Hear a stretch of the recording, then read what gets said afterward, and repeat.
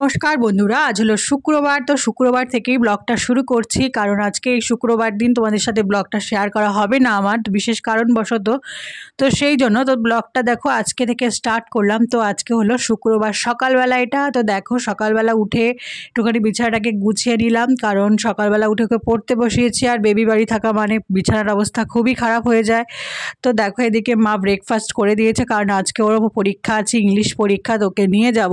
তো দেখো চারিদিকের অবস্থা, মানে আমি যখন বাড়ি থেকে বেরোলাম 11টা থেকে, তো তখন থেকেই প্রচণ্ড বৃষ্টি। তো যাই হোক, এভাবেই স্কুলে পৌঁছে গিয়েছিলাম, তারপরে আর ভিডিও ক্লিপস কিছু করা হয়নি, তো সেটা তোমাদের সাথে শেয়ার করলাম না। তো দেখো বাড়িতে চলে এসেছি, এসে লাঞ্চ থাইটা তোমাদের সঙ্গে প্রতিদিনের মতো আবার সাজিয়ে দিলাম। তো আজকে মা লাঞ্চে করেছিল সাদা ভাত, চিংড়ি মাছের একটা তরকারি সর্ষে পোস্ত দিয়ে, আর পেঁপে ভাজা, ডাল, আর কাতলা মাছের রেজালা মতো করেছিল, যেটা চিকেনের হয়। তো সেটা খেতে বেশ দারুণ লেগেছিল। তো যাই হোক, এটাই ছিল লাঞ্চ থালি। লাঞ্চ দেখো মাকে দিয়ে দিয়েছি, সাজিয়ে গুছিয়ে মাকে দিয়েছি, তো মা বেশ খুশি হয়েছে। তো সেটাই তোমাদের সাথে এক্সপ্রেশন করছে। তো দেখো অবস্থাটা। তো যাই হোক, ভালোই লাগে মাঝে মাঝে এরকম।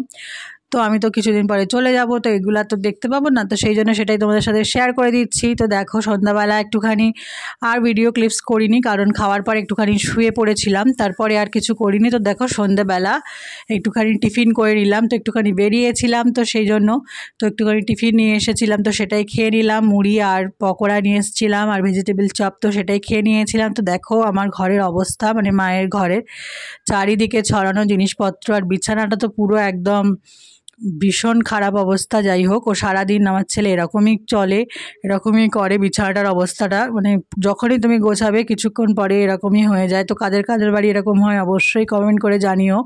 তো আমাদের বাড়ির অবস্থা তো এটাই হয়।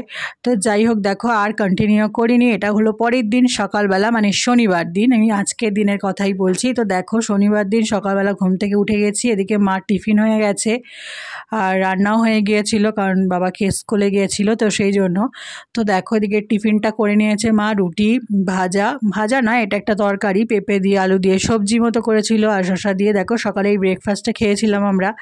তো দেখো ব্রেকফাস্টটা খেয়ে নেব, খাওয়ার পরে দেখো প্রচণ্ড বৃষ্টি আসার মানে প্রচণ্ড, চারিদিকে প্রচণ্ড মেঘ করেছে। এখন তো বর্ষাকাল, তো যেখানেই মেঘ সেখানেই বৃষ্টি, চারিদিক পুরো কালো হয়ে এসেছে। তো সেটাই তোমাদের সাথে শেয়ার করছি। তো দেখো চারিদিকের অবস্থা খুবই খারাপ, খুবই খারাপ।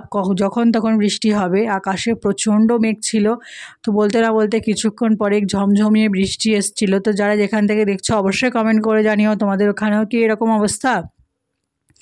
আমাদের এখানে তো এরকমই চলছে, যখন মেঘ তখন বৃষ্টি, আর মাঝে মাঝে রোদ্দুর, তো মাঝে মাঝে আবার এরকমভাবেই চলে আসছে। তো যাই হোক দেখো এদিকে মা আজকে রান্না করেছে, শনিবার আজকে, তো আজকে আমাদের নিরামিষ। তো আজকে রান্না হয়েছিল সাদা ভাত, গরম গরম সাদা ভাত, আর মুগ ডাল, আর হয়েছিল সয়াবিন আলুর তরকারি, আর হয়েছিল দেখো দেখো গরম ভাত, ধোয়া উঠছে পুরো একদম, করলা ভাজা হয়েছিল, আর গরম গরম বেগুনি ভাজছিলাম। প্রথমেই তোমাদের দেখিয়ে দিলাম, কারণ গরম গরম বেগুনি খেতে বেশ ভালো লাগে। আর দেখো একটুখানি ডাল সেদ্ধ রেখেছি, কারণ মুগ ডাল কোনো দিন সেদ্ধ খাইনি, তো কেমন খেতে লাগে সেটা দেখবো। তো দেখো লাঞ্চ থালিটা তোমাদের সামনে সাজিয়ে দিয়েছি, আর দুটো লঙ্কার চপও করে নিয়েছিলাম, যেটা খেতে দারুণ লাগছিল, কারণ আজকে তো নিরামিষ, একটু ঝাল ঝাল খেলে বেশ ভালোই লাগে। তো দেখো লাঞ্চ থালিটা তোমাদের সামনে সাজিয়ে দিয়েছি।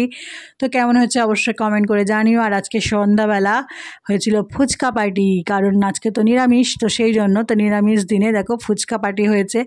তো সেটাই তোমাদের সাথে একটুখানি শেয়ার করে দিলাম। এদিকে আমার ছেলে দেখো কফি বিক্রি করছে, ও নাকি কফি বিক্রি করবে। তো দেখো এই হয়েছিল আমাদের ফুচকা, দারুণ লেগেছিল ফুচকাগুলো, বাড়িতে তৈরি, তবে দোকানের মতো লাগে না, খারাপ লাগে না, ভালোই লাগে। তো যাই হোক, তোমরা এরকমভাবে করে দেখো, অবশ্যই ভালো লাগবে খেতে। তো আজকের মিনি ব্লগটা এই পর্যন্ত থাক, সবাই খুব ভালো থেকো। আর দেখো আমার ছেলে এদিকে কফি বিক্রি করছে, তো সেটাও তোমাদের সাথে শেয়ার করে দিলাম। সবাই ভালো থেকো, সুস্থ থেকো।